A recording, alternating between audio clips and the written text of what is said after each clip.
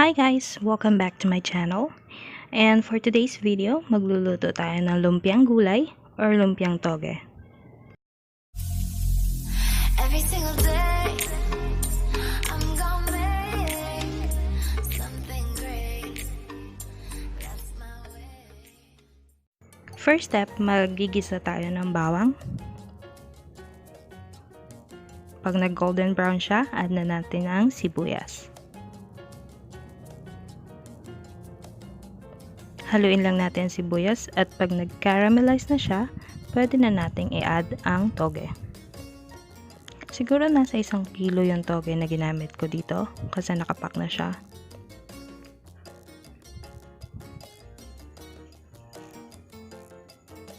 Add tayo ng kamote. Talagang nagbibigay ng kakaibang linamnam yung kamote sa lumpia natin. Syempre, asin at paminta. Mag-a-add na rin tayo ng umami seasoning. Then, haluin lang natin siya para magpantay ang luto niya.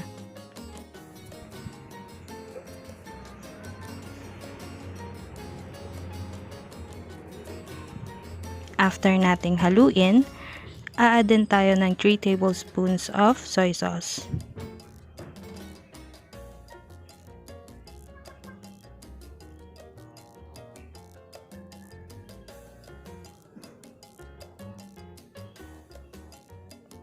After that, i-add na natin yung mixed veggies natin.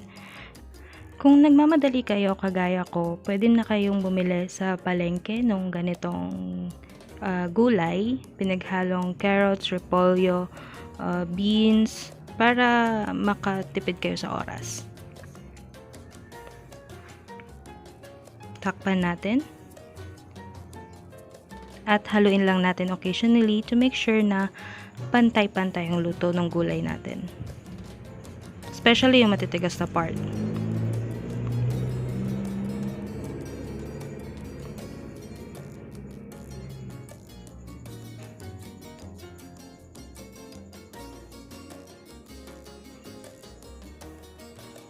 Nakikita nyo, nagkakaroon na siya ng sauce. Nag-start na siyang maluto. So, occasionally, haluin pa rin natin. At depende sa panlasa nyo, add kayo ng asin, pero ako ang ginamit ko dito is patis. Tansyahin nyo na lang, depende sa panlasa nyo.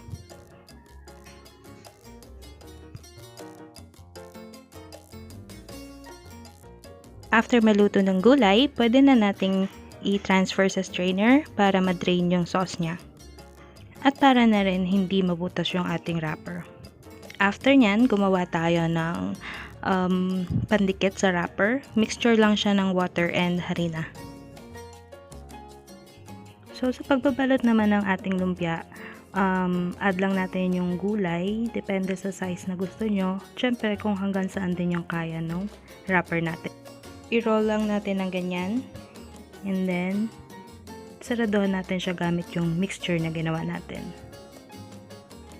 Repeat lang natin yung process hanggang sa matubos natin yung remaining na gulay. Actually, first time kong nagbalot nito pero napakadali pala. Pinapanood ko lang siya kasi sa nanay ko. At sa medium heat, fry na natin yung ating lumpia. Add natin siya dahan-dahan at make sure na bawat lumpia meron siyang enough space para ma-fry siya ng pantay-pantay. Flip lang natin siya occasionally para makasiguradong hindi siya masusunog. Make sure na medium yung heat niya para hindi mabigla yung luto niya.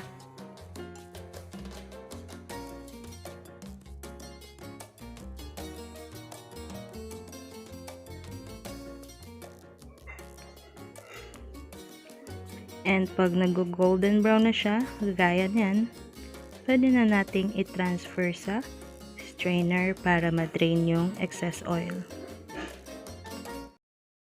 Sa paggawa naman ng sausawan, gagamit lang tayo ng sibuyas, sili, suka, asukal at tubig. Add lang tayo ng tubig sa suka. Then yung sibuyas at sili. Syempre yung asukal depende sa tamis na gusto nyo.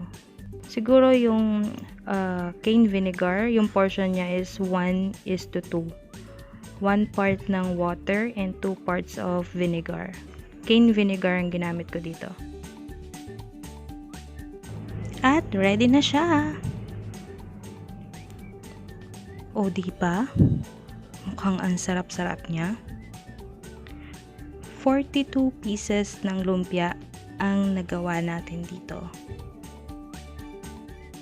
Pwedeng pang merienda, pwedeng pang benta, at pwede rin pang ulam. O diba? Tikman na natin.